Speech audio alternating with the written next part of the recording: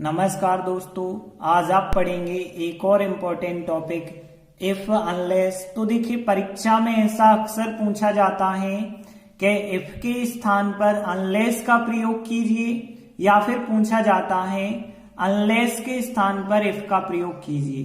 तो आज हम आपको बहुत ही सरल तरीका से इफ और अनलेस का पूरा कॉन्सेप्ट क्लियर करने वाले हैं। तो बस आप ध्यान से समझते चलना। तो सबसे पहले हम पढ़ते हैं इफ के स्थान पर अनलेस का प्रयोग। तो यदि आपको वाक्य में पहले इफ लगा हुआ दे दिया जाए और फिर बाद में कहा जाए कि इफ के स्थान पे अनलेस का प्रयोग करिए, तो आप कैसे करते हैं हम बहुत आसान तरीके से समझेंगे। तो यहाँ पे हम आपको एक ट्रिक बता रहे हैं, जो ट्रिक आपको ध्यान रखना है। देखिए, दो वाक्य होते हैं। पहले वाक्य में लगा होता है इफ, और फिर अब हमें इफ की जगह जब अनलेस लगाना होता है, तो आप इस नियम को याद रखें कि हम पहले वाक्य का नॉट हटाएंगे या फिर दूसरे वाक्य में नॉट जोड़ेंगे। बहुत सरल सा नियम।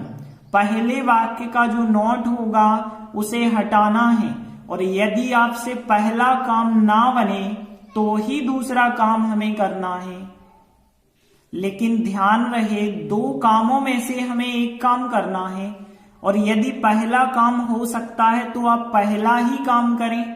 जब पहला काम नहीं हो रहा है तो ही आप दूसरा काम करें। ध्यान देना, यदि पहले वाक्य का नॉट हट सकता है तो आप हटाएं, और नहीं हट सकता है, जब है ही नहीं तो कहां से हटाएंगे।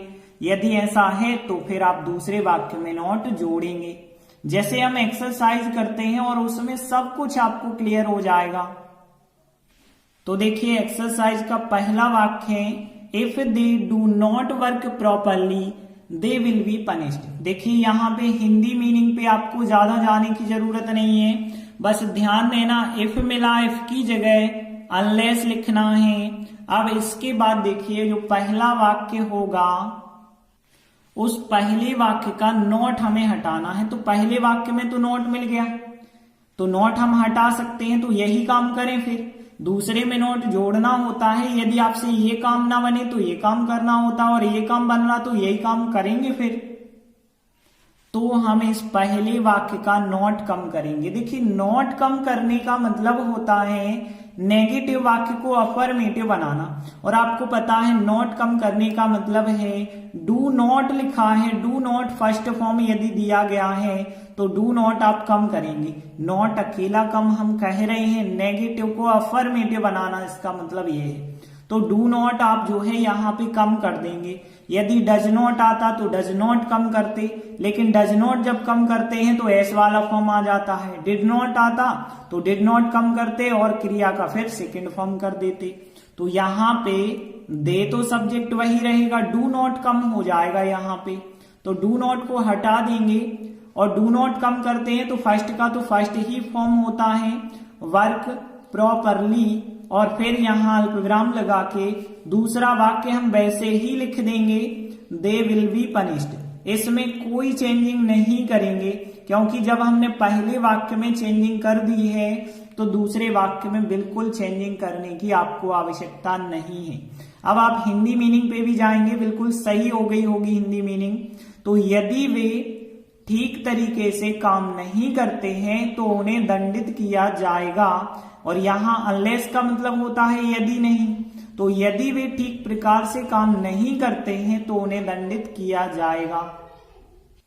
अगला वाक्य देखिए, if you do not work hard you will fail. देखिए, फिर वैसे वाक्य आ गया, तो इफ की जगह अनलेस तो आपको लगाना है, और यू यहाँ पे देखिए डू नॉट वर्क हार्ड है, मतलब पहला ही वाक्य नेगेटिव मिल गया, तो पहले ही वाक्य का नॉट हम हटा देंगे, दूसरे वाक्य पे तो जाएंगे ही नहीं। तो यहाँ डू नॉट को हटाएंगे, और डू नॉट हटाते हैं तो क्रिया का फर्स्ट फॉर्म ही रहता है, तो वर्क हार्ड वैसे ही रहेगा।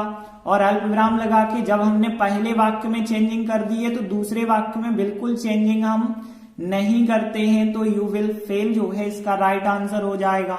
हिंदी मीनिंग आप मिला लीजिए, यदि तुम जो है कठिन मेहनत नहीं करते हो, कठिन परिश्रम नहीं करते हो, तो तुम फेल हो जाओगे। और यहाँ अनलेस का मतलब भी होता है यदि नहीं, तो यदि तुम कठिन परिश्रम नहीं करते हो तो तुम फेल होगे। या फेल हो जाओगे। अगला वाक्य देखिए, if you work hard you will succeed. देखिए इफ की जगह अनलेस तो आपको लगा देना है।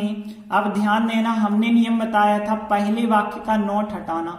अब पहले वाक्य में तो नॉट लगा ही नहीं है, तो जैसा वाक्य है वैसा ही आप लिख दीजिए और फिर ध्यान देना अल्पविराम लगा है वही लगाइए।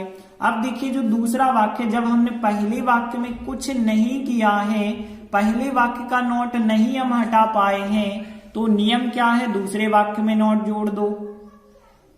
तो हम दूसरे वाक्य में नॉट जोड़ देंगे तो यू विल, और विल के बाद हम नॉट जोड़ देंगे और सक्सीड। तो इस प्रकार से आंसर बन जाएगा। अब इसका हिंदी मीनिंग भी हम मिला सकते हैं कि इफ यू वर्क हार्ड, यदि तुम कठिन मेहनत करते हो तो यू विल सक्सीड, तुम सफल हो जाओगे।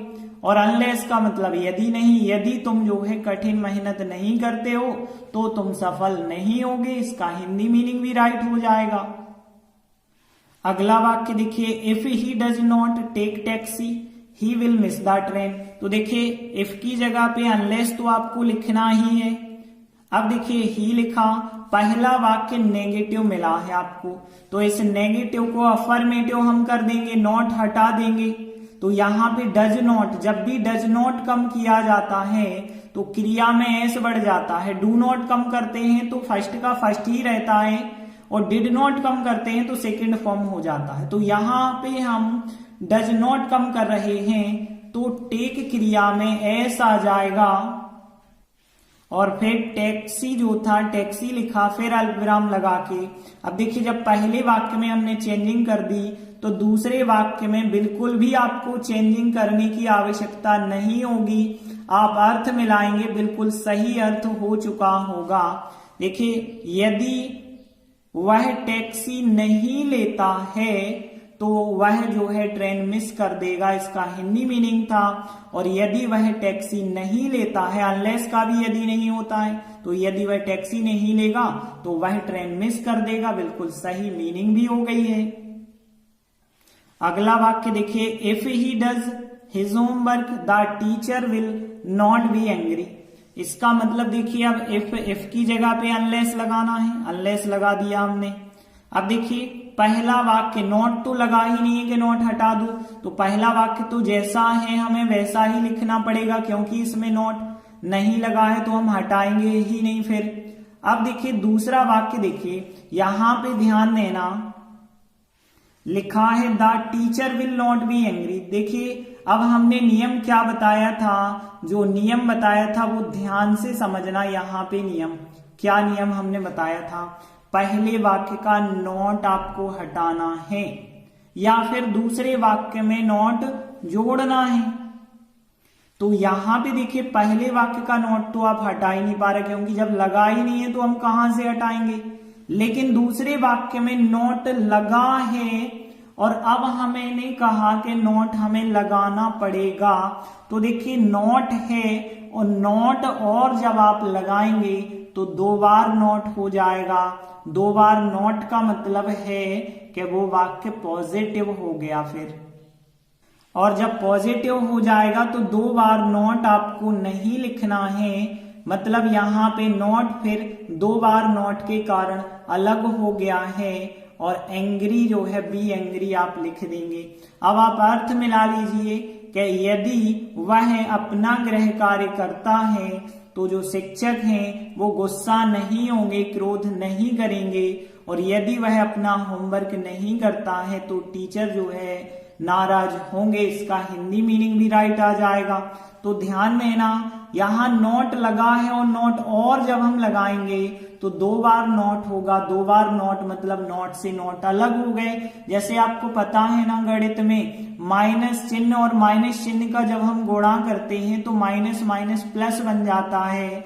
तो जब वाक्य में नॉट लगा है एक और नॉट जोड़ेंगे तो वो नॉट और नॉट जो है मिलके पॉजिटिव अर्थ देने लगेंगे, मतलब वाक्य अफर्मेटिव बन जाएगा। नॉट इसलिए यहाँ पे हट गया है। अगला वाक्य देखिए, if you are honest people will respect you. देखिए इफ की जगह अनलेस तो हम लगा देते हैं। अब देखिए पहला वाक्य हमें नॉट हटाना है, नॉट लगा ही नहीं है तो हम कहां से हटाएंगे, तो यू आर ऑनेस्ट वैसे का वैसा ही वाक्य रहेगा। इसके बाद देखिए अल्पविराम लगाएंगे। अब देखिए हमने नियम क्या बताया था कि पहले वाक्य का नॉट हटाना है, नॉट इसमें था नहीं तो इसमें तो कोई हम चेंजिंग नहीं कर पाए, दूसरे वाक्य में चेंजिंग हमें करनी ही पड़ेगी, मतलब इसमें नॉट हमें जोड़ना ही पड़ेगा। तो यहाँ पे विल नॉट रिस्पेक्ट यू जो है इसका आंसर हो जाएगा। तो हमने इसमें तो कोई समस्या वाली बात ही नहीं करी, क्योंकि यहाँ इफ यू आर ऑनेस्ट था, पहला वाक्य नॉट लगा ही नहीं था तो कोई प्रॉब्लम नहीं है, वैसे ही लिख दो। दूसरे में नॉट जोड़ना है तो नॉट जोड़ दो। अब आप इसका हिंदी मीनिंग मिलाइए तो बिल्कुल सही होगा कि यदि आप ईमानदार हो तो लोग तुम्हारा सम्मान करेंगे, और यदि आप ईमानदार नहीं हो तो लोग तुम्हारा सम्मान नहीं करेंगे। हिंदी मीनिंग भी सही हो गई। तो देखिए इफ से अनलेस बनाना तो आप सबसे बन जाएगा, क्योंकि ज्यादा समस्या नहीं होगी। इन 6 प्रकार के वाक्यों में हम देख चुके हैं, थोड़ी बहुत समस्या डबल बार नॉट लगाने की हुई होगी। 2 बार जब भी नॉट लगाएं तो नॉट नॉट कट जाते हैं, मतलब वो पॉजिटिव बन जाता है, इतना बस याद रखें। अब हम आगे बढ़ते हैं और अब हम देखते हैं अनलेस के स्थान पे इफ का प्रयोग। तो हम पढ़ेंगे अनलेस के स्थान पे इफ का प्रयोग। देखिए ये बहुत सरल सा होता है, इसकी ट्रिक और भी आसान है। केवल हमें दूसरे वाक्य में चेंजिंग करनी है, नॉट को जोड़ना है या नॉट हटाना, बहुत सरल सी बात। यदि वाक्य में नॉट नहीं लगा है तो नॉट जोड़ दो, नॉट लगा है तो नॉट हटा दो, बहुत सरल सी बात। केवल दूसरे वाक्य में जहां अनलेस होगा, अनलेस की जगह तो हमें इफ लिखना ही है, दूसरे वाक्य में चेंज कर देना, नॉट जोड़ देना है या नॉट हटा देना है। तो एक्सरसाइज में देख लेते हैं। तो देखिए पहला वाक्य unless the weather improves we will not play the match. अब देखिए अनलेस जहां है, अनलेस की जगह तो आप इफ लगाएंगे, और हमने बताया ना पहले वाक्य में तो कोई चेंजिंग ही नहीं करनी है। जो भी वाक्य है आपका द वेदर इम्प्रूव्स, इम्प्रूव मतलब होता है सुधरना, तो इम्प्रूव्स लिखा, और फिर इसके बाद दूसरे वाक्य में आपको चेंजिंग करनी है, और वो चेंजिंग क्या है, नॉट लगा है तो हटा दो, नहीं लगा है तो जोड़ दो। तो यहाँ पे वी विल नॉट हटा देंगे और फिर प्ले द मैच इसका राइट आंसर हो जाएगा। अब आप इसके हिंदी मीनिंग पे भी जाएंगे, बिल्कुल सही हो चुकी होगी। अनलेस का मतलब यदि नहीं, यदि मौसम नहीं सुधरता है तो हम मैच नहीं खेलेंगे, और यदि मौसम सुधर जाता है तो हम मैच खेलेंगे, इसका हिंदी मीनिंग हो जाएगा। देखिए दूसरा वाक्य unless Ram acts now he will loss everything. तो देखिए आपको कुछ नहीं करना, अनलेस की जगह इफ लिखना। पहले वाक्य में तो आपको चेंजिंग बिल्कुल नहीं करनी है, बस दूसरे वाक्य में चेंजिंग करनी है। नॉट यदि नहीं लगा है तो लगा देना है, सिंपल सी बात है। तो ही विल यहाँ पे नॉट हम लगा देंगे, और फिर जो भी था वाक्य लॉस एवरीथिंग वैसे का वैसा ही लिख देंगे, इसमें कोई चेंजिंग नहीं करेंगे। तो बस चेंजिंग कहाँ करनी है, नॉट नहीं लगा है तो लगा देना, लगा है तो हटा देना, दूसरे वाक्य में केवल। अब हिंदी मीनिंग मिलाएंगे। तो अनलेस मतलब यदि नहीं, तो यदि राम अब कार्य नहीं करता है तो वह सब कुछ खो देगा, और यदि राम कार्य करता है तो वह सब कुछ नहीं खोएगा। अगला वाक्य देखिए unless you ring the bell she will not open the door. तो यहां देखिए अनलेस की जगह पे आपको इफ लगाना है, और पहला वाक्य जो है वैसे ही हमें लिखना है, बस दूसरे वाक्य में चेंजिंग करनी है। यदि नॉट लगा है, यहां तो नॉट लगा है तो नॉट हटा देना है, तो यहाँ पे विल नॉट हटा देंगे, ओपन द डोर इसका राइट आंसर हो जाएगा। अब आप हिंदी मीनिंग भी मिला लीजिए। अनलेस होता है यदि नहीं, यदि तुम घंटी नहीं बजाते हो तो वह दरवाजा नहीं खोलेगी, और यदि तुम घंटी बजाते हो तो वह दरवाजा खोलेगी, इसका हिंदी मीनिंग हो जाएगा। अगला वाक्य देखिए unless you work hard you will fail. तो देखिए अनलेस की जगह इफ लगा देना, पहले वाक्य में कोई चेंजिंग नहीं आपको करनी है, दूसरे वाक्य में हमने आपको बताया नॉट नहीं लगा है तो जोड़ देना है। तो यहाँ यू और विल नॉट नहीं लगा है तो नॉट आप जोड़ देंगे, सहायक क्रिया के बाद ही नॉट जोड़ते हैं, इतना तो आपको पता होगा। तो यहाँ पे देखिए आंसर की अब हिंदी मीनिंग क्या होगी। पहले था कि यदि तुम कठिन परिश्रम नहीं करते हो तो तुम फेल हो जाओगे, और यदि तुम कठिन परिश्रम करते हो तो तुम फेल नहीं होगे। हिंदी मीनिंग भी सही हो गई।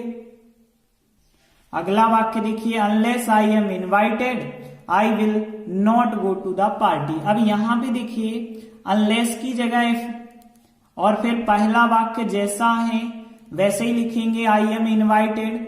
दूसरे वाक्य में आप चेंजिंग करते हैं, नॉट यदि लगा है तो अब नॉट हटा देंगे, आई विल गो हो जाएगा, नॉट अब कम कर देना, और द पार्टी इसका आंसर हो जाएगा। फिर तो इस प्रकार से हिंदी मीनिंग भी आप मिला सकते हैं। यदि नहीं होता है अनलेस का मतलब यदि मैं इनवाइटेड नहीं हूं, मतलब यदि मुझे नहीं बुलाया जाता तो मैं पार्टी में नहीं जाऊंगा, और यदि मुझे बुलाया जाता है, इनवाइटेड किया जाता है, तो मैं पार्टी को जाऊंगा। तो इस प्रकार से हमारी अनलेस के स्थान पे इफ वाली एक्सरसाइज भी कंप्लीट होती है। तो अब आपसे इफ से अनलेस, अनलेस से इफ बनाना बहुत आसान आपको लगने लगा होगा। तो इसी प्रकार से आपको रोज एक एक वीडियो मिलती जाएगी, बस आप हमारे चैनल से जुड़े रहिए। धन्यवाद।